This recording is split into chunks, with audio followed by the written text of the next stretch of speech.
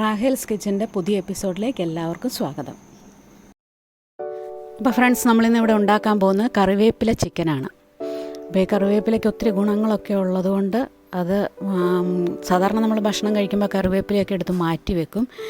ഇത് നമ്മളതിൽ പൊടിച്ച് ചേർക്കുന്നതുകൊണ്ട് അത് കുട്ടികൾക്കാണേലും അവരുടെ ശരീരത്തിന് ആവശ്യമുള്ള എല്ലാ ഗുണങ്ങളും കറിവേപ്പിലയിലുള്ള ഗുണങ്ങളെല്ലാം കിട്ടാൻ ഈസിയാണ്. നമുക്കത് എങ്ങനെയാണെന്ന് നോക്കാം.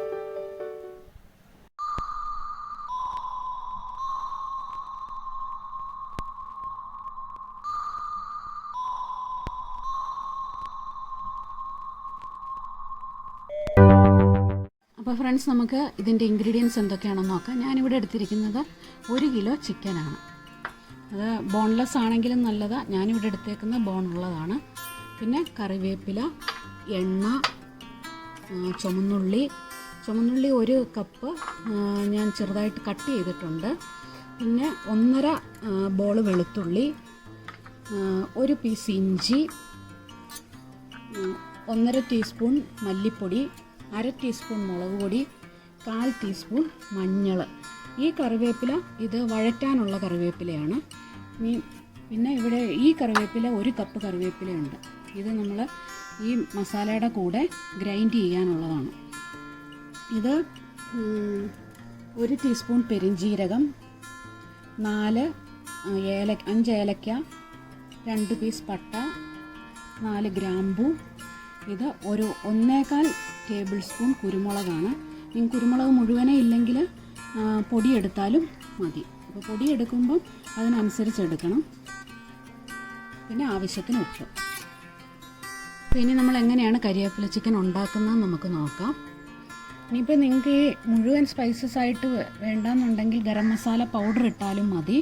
പക്ഷെ ഇങ്ങനെ പൊടിച്ചെടുക്കുന്നതിന് നല്ല സ്മെല്ലും നല്ല ടേസ്റ്റും ഒക്കെ ഉണ്ടാകും. നമ്മളിത് എങ്ങനെയാണ് ഉണ്ടാക്കുന്നത് നോക്കാം. അപ്പോൾ ആദ്യം ഗ്രൈൻഡ് ചെയ്യാനുള്ള സാധനങ്ങളെല്ലാം കൂടി നമുക്ക് ഒരു പാനിലോട്ട് ഇട്ടിട്ട് അത് ചൂടാക്കാം.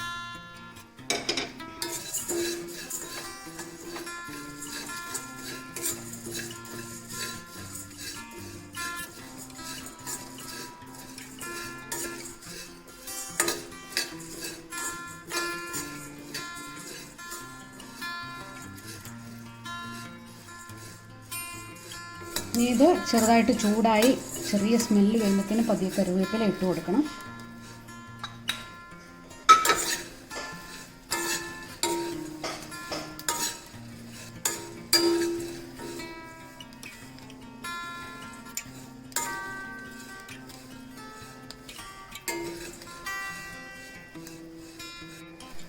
ഇപ്പോൾ കറിവേപ്പില ഇവിടെ ചൂടായി വരുന്നതിൻ്റെ ആ മസാലയുടെ ഒക്കെ നല്ലൊരു സ്മെല്ല് വരുന്നുണ്ട്.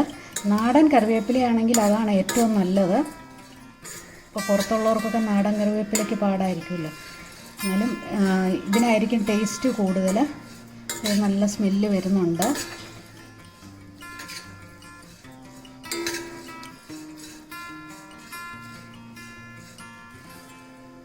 അപ്പോൾ ഇവിടെ കറിവേപ്പിലയും ഈ മസാലയൊക്കെ നന്നായിട്ട് മൂത്തിട്ടുണ്ട്.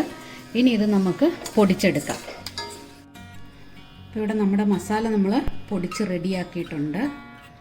ഇനി നമുക്ക് എങ്ങനെയാണ് ഉണ്ടാക്കുന്നത് നോക്കാം.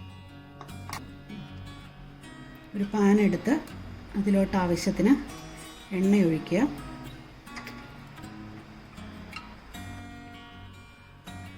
അപ്പോൾ എണ്ണ ചൂടായി കഴിയുമ്പം അതിനകത്തോട്ട് ചുമന്നുള്ളി ഇടുക.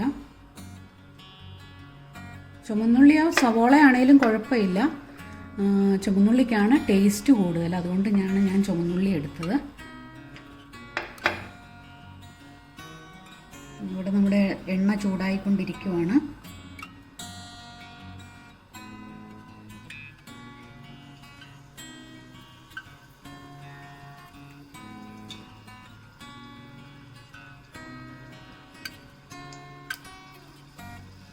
എണ്ണ ചൂടായി വന്നിട്ടുണ്ട്.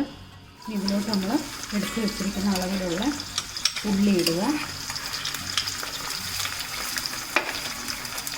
ഇനി ഇത് വഴന്ന് ഒരു ബ്രൗൺ കളറായിട്ട് വരുമ്പോൾ വേണം ബാക്കി ചേർക്കാനായിട്ട്. നമ്മളൊരിച്ചിരി ഉപ്പിട്ട് കൊടുത്താൽ പെട്ടെന്ന് വഴന്ന് വരും.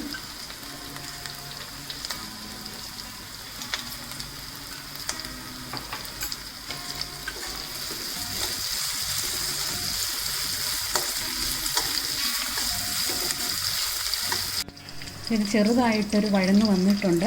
ഇതിനകത്തോട്ട് കുറച്ച് മഞ്ഞൾപ്പൊടി ഇട്ട് കൊടുക്കാം നമുക്ക്. ഇനിയും ചുവന്നുള്ളിയോ സവോള ഇട്ടില്ലെങ്കിലും കുഴപ്പമില്ല. ചുവന്നുള്ളി ഇടുമ്പോൾ ഒരു ടേസ്റ്റ് കൂടുതൽ തോന്നുന്നതുകൊണ്ടാണ് ഇടാൻ പറഞ്ഞത്.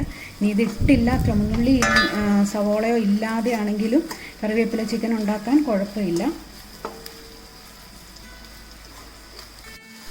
ഇനി ഇതിലോട്ട് നമ്മൾ ഒരുമാതിരി മൂത്ത് വന്നിട്ടുണ്ട്. അപ്പോൾ ഇതിലേക്ക് നമുക്ക് അരിഞ്ഞു വെച്ചിരിക്കുന്ന വെളുത്തുള്ളി ഇട്ട് കൊടുക്കാം.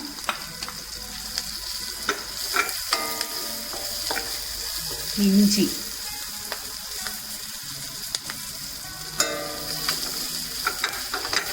അതും കൂടി ഇട്ട് ഒന്ന് വഴലാൻ അനുവദിക്കുക.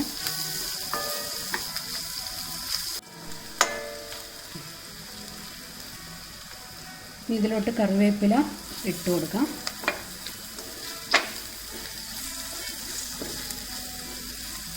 നമ്മൾ പൊടിച്ച് വെച്ചിരിക്കുന്ന ആ മസാല ഇതിലോട്ട് ഇട്ട് കൊടുക്കാം.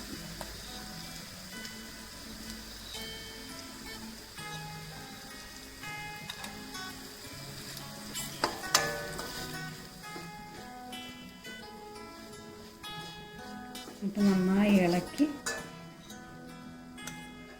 ഇത് കറിവേപ്പിലയും ഗ്രാമ്പൂ ഒക്കെ കൂടെ എടുത്ത് വെച്ചിരുന്ന ആ പൊടിച്ച മിക്സാണ് ഈ ചേർത്തത്. ഇനി അതിട്ട് നന്നായിട്ട് ഇളക്കുക.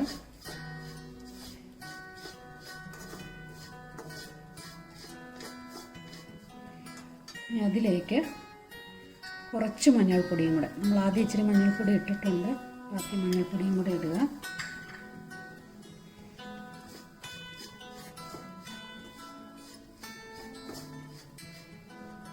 മുളക് പൊടി ഇടാം. അപ്പോൾ കുരുമുളകിൻ്റെ എരിവ് മാത്രം മതി എന്നുള്ളവർ ഈ മുളക് പൊടി ഉപേക്ഷിച്ചാലും കുഴപ്പമില്ല. അല്ലെങ്കിൽ ഈ മുളക് പൊടിയും കൂടെ ഇട്ട് അത് നന്നായിട്ടൊന്ന് ചൂടാകാം.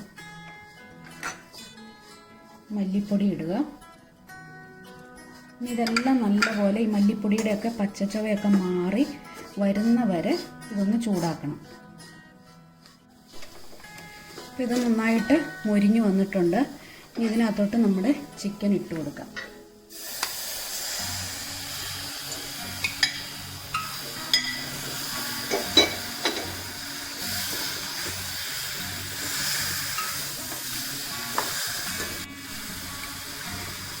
ഇനി ആവശ്യത്തിനുള്ള ഉപ്പും ചേർത്ത് കൊടുക്കാം. നേരത്തെ നമ്മൾ ഉള്ളിക്കകത്ത് ഇച്ചിരി ഉപ്പ് ഇട്ടതാണ്, അതനുസരിച്ച് ഇതിനകത്തോട്ട് ഉപ്പിട്ട് കൊടുക്കാം.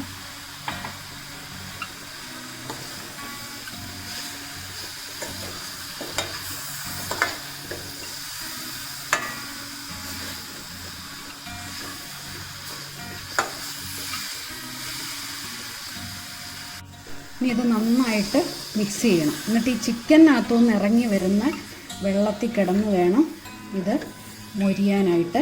ഇത് നല്ല ഡ്രൈ ആയിട്ട് ഈ കറിവേപ്പിലയുടെ ടേസ്റ്റൊക്കെ ആ ചിക്കനകത്തോട്ട് പിടിക്കുന്ന വരെ അത് കിടന്ന് ചെറുതായിട്ട് വേവണം.